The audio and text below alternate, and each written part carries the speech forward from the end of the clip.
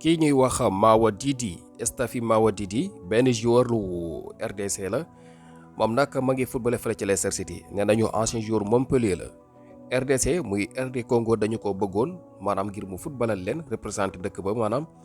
dafa joxe woon ngànt nag dafa lànkoon jamono bii nag dañoo wax ne dafa changé avis loolu nag bokk na ci li ko indi xëy na li nga xamee ne RDC ñu ngi ci yoonu qualifié guñu nag waaye dañoo ne ci yoon kon moo ngi noonu gis nañu ne dem coupe du monde bayre bi ci nekk te joueurs yu bëree bëri dañuy rêvé dem ca moo tax waa RDC fi mu ne nii bu ñu ko bëggoon bu ñu koy coq mu ñëw kay di xibaar li ñuy xamal mooy famille daal dinañuy xam ne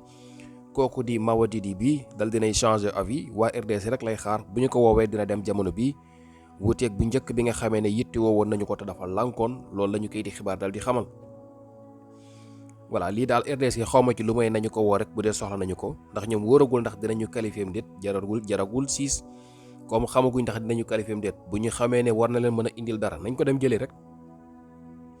voilà même bu dul coupe du monde bi yeneen compétition ngi ñëw ci suñu kanam te CAN bi te mu ngi ci suñu kanam du ñàkk dinañ ko soxla jarul ñu topp seen xol ndax am na ci ñoo xam ne daanaka boo leen toppee moom doo tabax lu baax. voilà comme nag joueurs yi ñu bari dañuy dénk maam natt seen intérêt yooyu itam xoolal sa intérêt rek sa intérêt mooy lan am joueurs yu baax am équipe bu dëgër voilà am effectif bu doy comme noonu la demee bu dee am na lenn lu ne mën a indil bu ñëwee boo jëli ko rek voilà kon moo ngi noonu lii nag dafa nekk mbir yoo xam ne ñu bari bu ñu ko déggee seen xol dafay jeex tàkk ndeysaan ndax sa dëkk mënu laa soxla nga ne ci àll bi taxawaalu say morom lijjanti affaire bi ba am fu mu toll nga bëgg a ñëw waaye nag li ma wax rek moo ci nekk qualifié guñu ba tey de mais bu ñu qualifié nag moom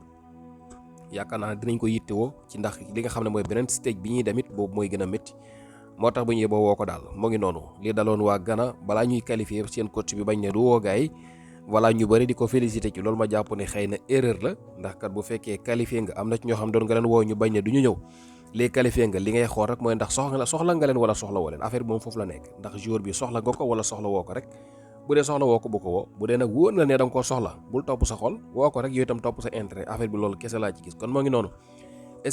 Mavididi lañ koy wax mu ngi football